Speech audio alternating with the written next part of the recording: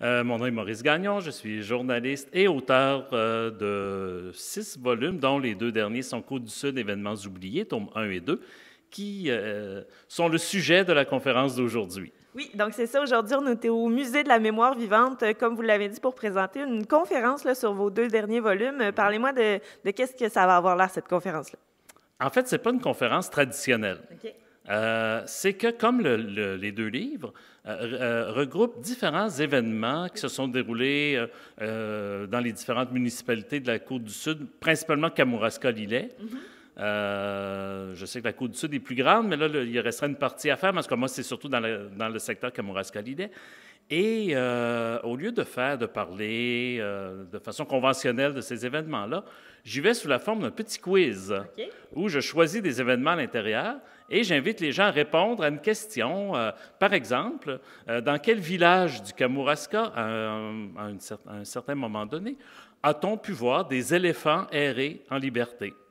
C'est vraiment arrivé? Et c'est vraiment arrivé. Quelle est la réponse? Mais je peux vous la dire, c'est à Saint-Pacôme de Kamouraska, où il y avait une vanne qui transportait des animaux de cirque et qui a été incapable de monter la côte de l'église. Donc, pour libérer la surcharge de poids dans le camion, les éléphants ont été amenés en pâturage dans le village et la vanne a pu monter et ensuite ils ont fait monter les éléphants. Bon.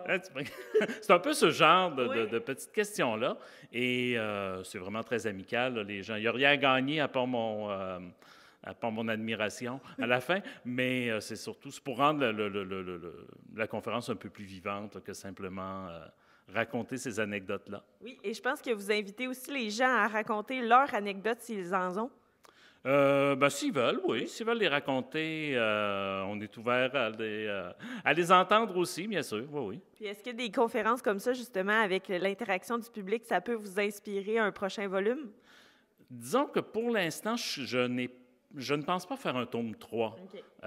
Ce serait intéressant qu'il y en ait un, parce que, comme je le disais tantôt, il y a une partie de la Côte-du-Sud qui n'est pas couverte, mais considérant les distances et la méconnaissance un peu que j'ai de ce territoire-là, je pense que ce serait intéressant si quelqu'un qui habite dans le secteur, peut-être qui habite à Montmagny ou qui se sentirait le goût d'embarquer dans un projet comme celui-là, je pense que mon éditeur serait très ouvert à l'accueillir comme auteur là, pour faire un peu cette démarche-là, mais pour les paroisses de Montmagny vers l'ouest. Mais moi, disons que pour l'instant, je pense que j'ai fait le tour là, des événements oubliés, parce que, dans le fond, si on regarde uniquement avec Kamouraska-Lillet dans les 2 tomes, j'ai à peu près une centaine d'événements, ce qui fait déjà beaucoup. Oui, ce qui fait beaucoup. C'est difficile d'en trouver, là, de se renouveler aussi, puis d'avoir même si chaque municipalité a ses histoires, à un moment donné, on a fait le tour un petit peu aussi. Là. Ouais. Puis si les gens là, veulent vous voir en conférence, un peu comme aujourd'hui, est-ce que vous vous promenez un peu?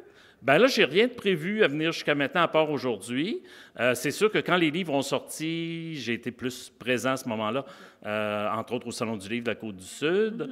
Là, pour l'instant, c'est plus tranquille, mais si les gens ont le goût d'entendre parler d'événements oubliés, bien, ils peuvent toujours me contacter. Ça me fera plaisir d'aller leur en jaser. Oui, bien parfait. Là-dessus, je vous dis un gros merci. Bien, c'est moi qui vous remercie.